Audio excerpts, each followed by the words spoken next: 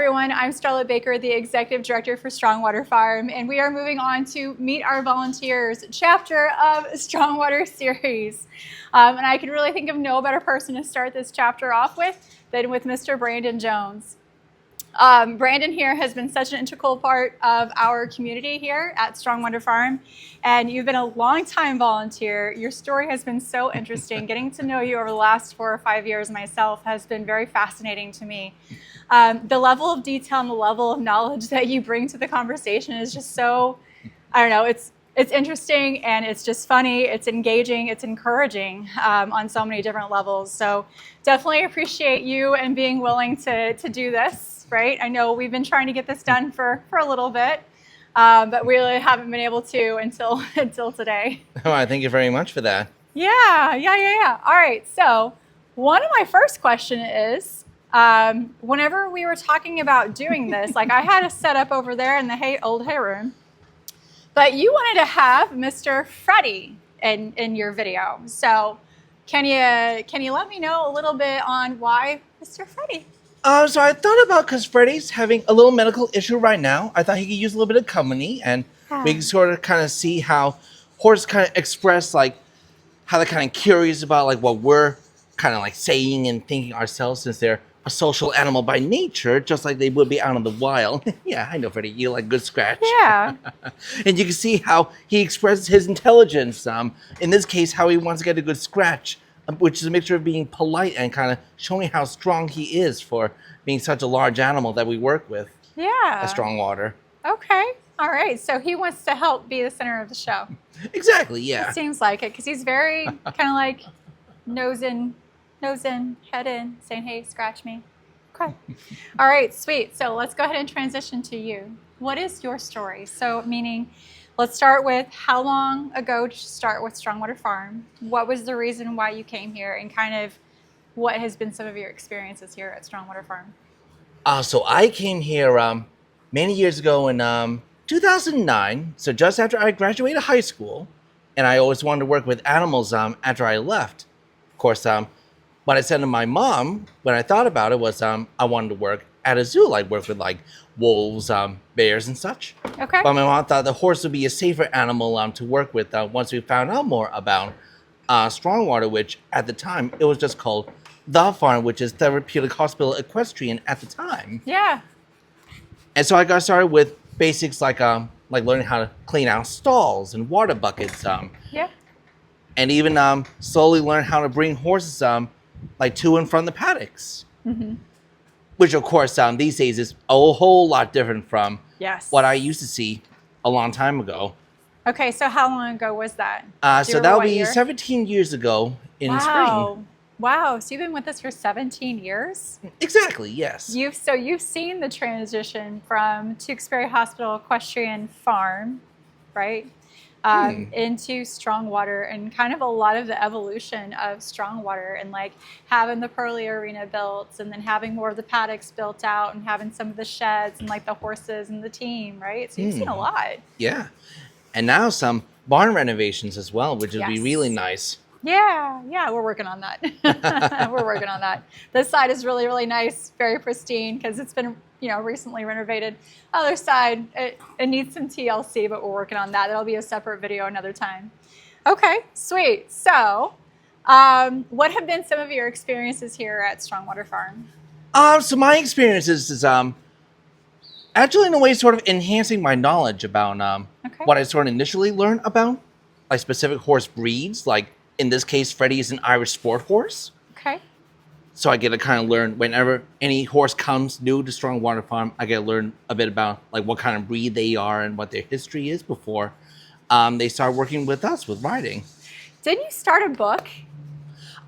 So I'm going back and forth about just a fun little project about like any sort of mythical horse-like creatures. Okay. And it might actually expand a little bit more into sort of building a world of my own that includes horse-like creatures and actual horses themselves in them. Okay.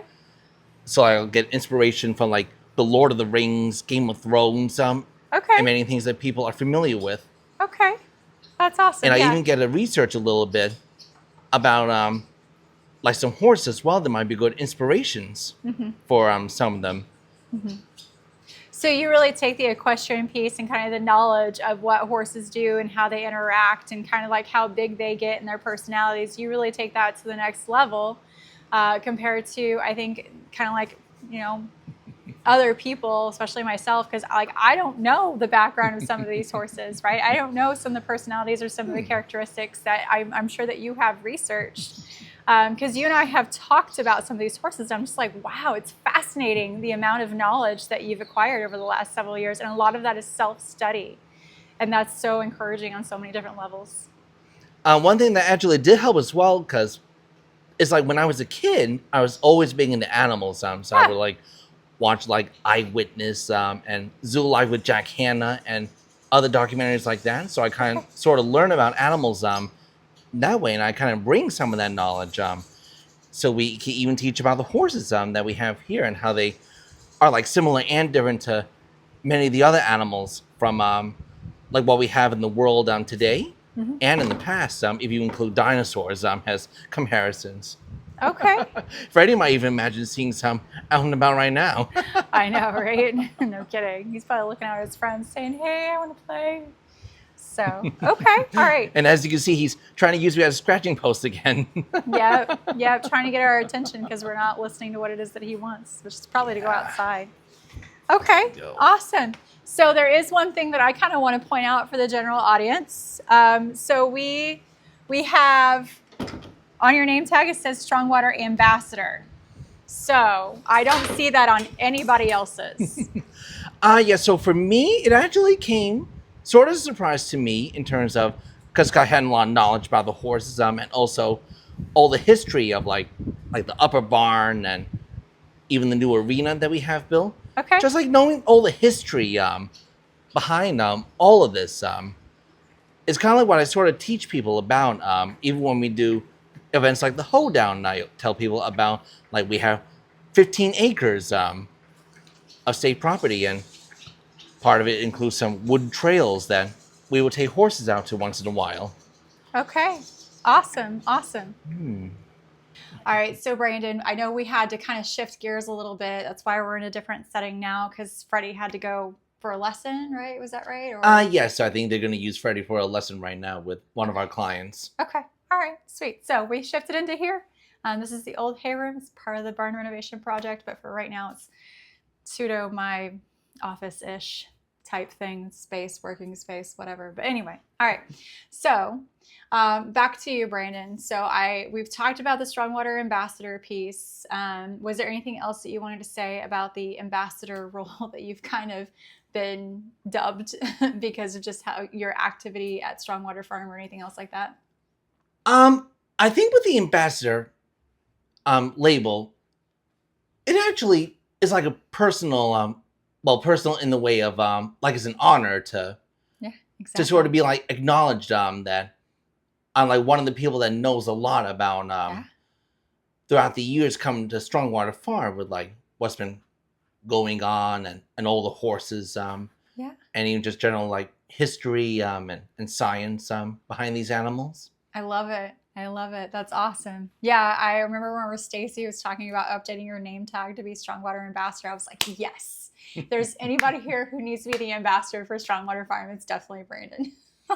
Yeah, and in a way, it kind of goes into when I used to do Special Olympics before we all kind of took a little break from that, because I won a lot of gold medals for most of my competitions. That's right. I think we have a picture or two of you at that event on our website, actually, too. So yeah, that might have been on a case of squash at Windrush Farm, that sort of half Belgian and half Linger. Yes. Yes. All right. Awesome. So transitioning. So looking around the barn, right, at the different volunteers and even the staff member here, right, I've never seen anybody else wear that hat. So why? As far as like the hat is concerned, how did you get it? How long ago, if you know, how long ago was the hat? Because it's not something that's been any recent for Strongwater. So I got this hat about a year or two ago, and it's like if you log in a certain amount of hours, like I believe it's like 100 or so. Okay. Then you get a nice Strongwater hat, and that way it's got like a wide brim that you could wear for when you go outside to do paddocks or even just grabbing horses for a lesson. It makes it less obstructive for the sun to get in your eyes. Yeah, it's a nice sun hat or a nice fishing hat, depending on your depending on your Exactly. hobby, of course. So I've got a couple of camo sun boonies. That's what I've called them in the past. But I haven't seen that hat with anybody else. So I'm curious to see like how many more we have in stock, and if we don't have any more in stock, like I want to go ahead and reorder some more because I love that hat. I know we've been giving out a lot of the trucker hats. Do you have probably a couple of those, right?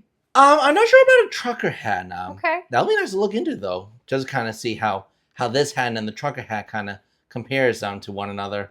Okay. All right. Awesome. You know the trucker hat that the other volunteers wear. Are you're interested in that hat? You said. Oh, actually, no, I take it back. I think I do have a couple such hats that look almost like baseball caps. There you go. Like you wear for the Red Sox games. I was gonna say, I was like, I'll go grab you one right now. Make sure you're taking care of for that one. Okay, good. All right, so let's get into some of your experiences and some of your stories here at Strongwater Farm. Right. So not only have you been a volunteer, but you've been a longtime participant as well, right? Yes. So when I was starting to volunteer, Okay. I think they actually had some kind of deal that they had with like you volunteer a certain amount of hours that you're eligible to do riding lessons based on how well you work with the horses. Okay. All right. I'm not sure if that's a current program now that we've had for a little while, but maybe that's how you got started for sure. Yeah. But it's interesting to see you specifically in both of those roles. So talking separately, you as a participant, you have so many crazy stories with you and Twinkle. And some with you and Cream, right? Cream cheese. Yes, right. definitely. Do you have anything that you kind of want to say for the general audience about some of your experiences here with a couple of the horses? So I will say with Twinkle, she's one of my absolute favorite amongst the draft horses. She's very willing to kind of like go the distance whenever it comes to even going up to a canter, which I had done a couple successful attempts with. I remember you being so proud about that too. We were all excited for yeah, that's one of my favorite memories. Yeah. That was here kind of recently, right? Or no? Yes. Okay. All right. Awesome. Yeah, everybody was super excited for you on that. And I remember there was a time we were like, hey, can you tell Starlet she's, I'm getting ready to go into a lesson, because I had asked to say, hey, let me know if Brandon's doing a lesson. Yes, so that's when I was working with Cream Cheese. Yeah. All right, so tell me about Cream. Cream so I would say respectfully that Cream Cheese, he is stubborn, but that's because he's an old horse, and being the size that he is, he tries to like figure out any behaviors that he can get away with, which we try to teach the horse like not to do. Okay. Unless it's like a situation where it's more applicable, which there's yet to be any moment like that. Okay. All right. That's fair. Yeah, he's kind of set in his ways, depending on who he's working with for sure. He tries to please people, but he's pretty set. He's a lot more whoa than go, as we like to call it, right? So it's a little bit more of a challenge to get him to go forward. Okay. Awesome. Any special, like, unique memories to either of those two that you'd like to talk about? I would say not specifically. I will say that it's nice to work with a draft horse, like either King, Twinkle, or Cream Cheese. Yeah. Like a horse that's strong and durable. Is one of the many key traits that we look for in therapy horses. And they're also very gentle with many of our clients. Yeah, for sure. They're gentle giants. They really are. I know a lot of people are kind of put off by their size and they want to work with the minis, but I'm like, be careful what you ask for. Exactly. It's always the smaller ones that you got to watch out for more than the big ones. Right. I think Leslie and I talked about that in our video a few weeks ago. So on the Meet the Herd chapter. But yeah, anyway. All right. So before I get off on too much of a tangent for that, let's go ahead and circle back to your volunteer time. What special memories, if you have anything that kind of jumps out at you, what special memories do you have of being a volunteer here at Strongwater? I would say one of my favorite memories was whenever we have the Hoedown or the Winter Wonderland events that we recently started doing. Yeah. Is that like I'm so excited to be the tour guide on the hay rides that we would host. Even if it was like blisteringly cold, which we're able to dress up nice and warm. Right. Yeah. And we just go for like as many times as everyone is comfortable with going. Yeah. And in both events, they get to learn about like what I bring, like mostly on an individual horse basis, but also with like general history, and maybe even get some young ones kind of inspired to have like certain costumes based on any histories that I would tell about the breeds of horses that we've got. Yeah, circling back to all of your in-depth knowledge, that self-study that you've done kind of on your own time about the horses and things like that. And you doing the hay rides is like a pretty perfect person, actually, because you can really speak to the history and your experience here at Strongwater because you've seen it for the last, what you said, 17 years? Yes. Yeah, so that's good. I love the fact that you do it. I know that the entire team is very appreciative of the fact that you're willing to do that because trust me, talking on a bullhorn or whatever in the back of a tractor or on a trailer, it takes a lot of energy. It takes a lot of energy, a lot of endurance to sit there and say almost the same thing over and over again, depending on how many rides you do over the course of what, like 3 hours? Yes. Yeah, whenever the hay rides only take like 7 minutes sometimes, that's a lot of rotations around with the tractor. So yeah, that's it. It's just so comforting to know your love for Strongwater and how willing you are to help us on so many different things, so many different levels. And that hayride, like you are the go-to person for that hayride for sure. Like we've had people, families that come in and talk about it and be like, "Hey, where's Brain? Is he doing the hayride again this year?" Absolutely. Thank you. So no, it's all good. It's all heartwarming. You are very well known, very well respected across the team and across the organization as a whole. And you're very kind in what you do and what it is that you bring to the table too. You're very kind and you're incredibly considerate whenever it comes to wanting to help others. So thank you. Definitely appreciate it. I mean, you show up here how many days a week? So I come here 3 days a week. Okay, 3 days a week, but you're here all day. Yeah, pretty much. Yeah, and you do barn tours. Like you and I have mucked stalls before in the past together. Listening to Disney radio, right? Because that's like a fan fave. And so we'll rock out a Disney radio and we'll do some stalls. I remember me, you, and Brianna were working on stalls, a few years ago. And then you'll be in lessons. You'll help out in lessons throughout the day too. And you're encouraging to the participants and you're helpful to the team. And then you'll go back and you'll go help back with chores until the end of your day. So it takes a lot of energy, I know, from you to be as involved as you are, which has been a blessing. Thank you. Of course. All right, is there any other story? Actually, let's go ahead and transition. What about your story for volunteering? For volunteering, I will say, like, it's just been a fun experience. Just doing as much as I can to like be a good part of the team. Everything from like mucking out stalls and changing water buckets. And these days I even include driving the gator for a certain amount of time to restock hay and shavings whenever we need them for both the upper and lower barns, especially in winter. Yeah, no kidding. Like hauling the bales of hay, hauling around like those. We don't have any in here. We have some bales of hay over here. Those bags of shavings to carry them one by one, like that's a lot of effort across the team. So yeah, you helping out with the gator is definitely a huge benefit to the team too. So definitely appreciate that. What else do you got? I also recall another fun memory of when one of our horses, King, was having a loose shoe way before his farrier was able to come. We actually had to work together to actually get the shoe off him before it got worse. And I honestly did most of the heavy lifting, like 3/4 of the time when we were trying to get the shoe out. And that leg is not a very easy leg to hold up for a long time. No, he's a 31-year-old horse. He doesn't want to hold his leg up that long. Oh yeah, and almost a ton in weight in the literal sense. Yeah, no kidding. Okay, was that here recent? I'm just curious. That was like 2 or 3 years ago, I think. This happened. The reason why I asked that is because he recently had another loose shoe, so that's why I was curious. Okay, all right, sweet. Farriers, shoes, horses.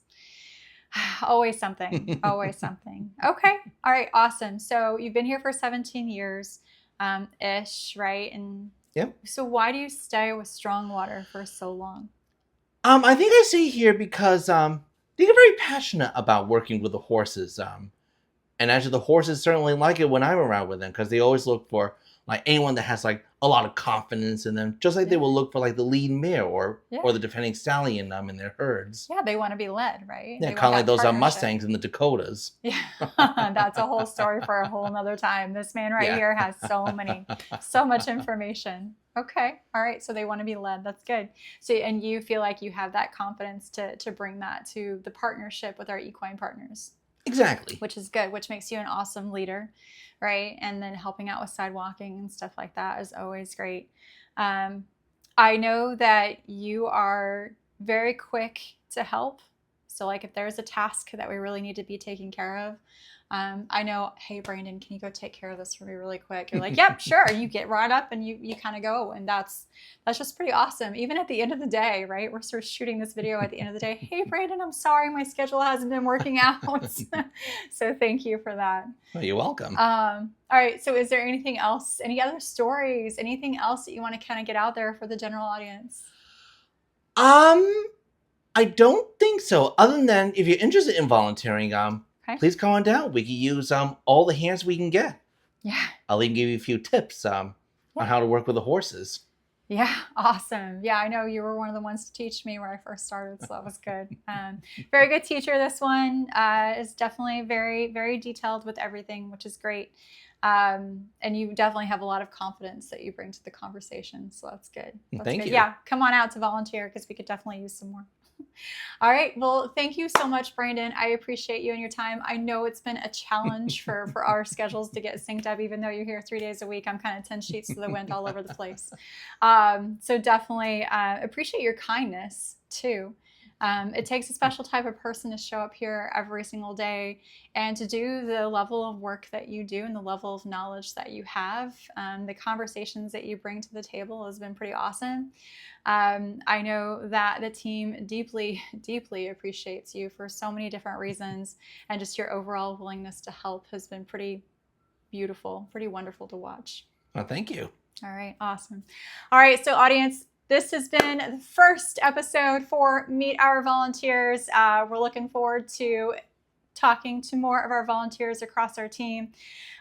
So stay tuned for next episode. Make sure you like, subscribe, and share with a friend. Take care.